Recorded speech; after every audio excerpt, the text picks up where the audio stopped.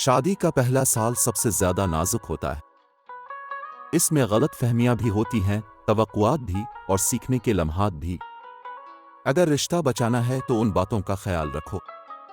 एक, तवक्कुआत कम रखो, बर्दाश्त ज्यादा। तुम एक दूसरे को जानने का वक्त दे रहे हो, परफेक्शन की उम्मीद ना रखो।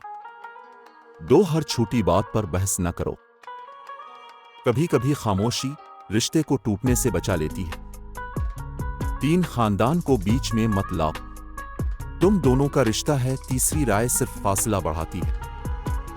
चार, तारीफ करना सीखो। मोहब्बत सिर्फ आई लो यू से नहीं, सच्चे लफ्जों से बढ़ती है। पांच, रब से ताल्लुक मजबूत रखो।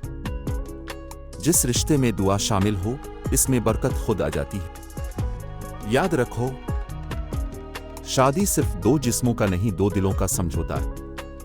पहला साल ठीक गुजार लिया तो जिंदगी आसान हो जाएगी।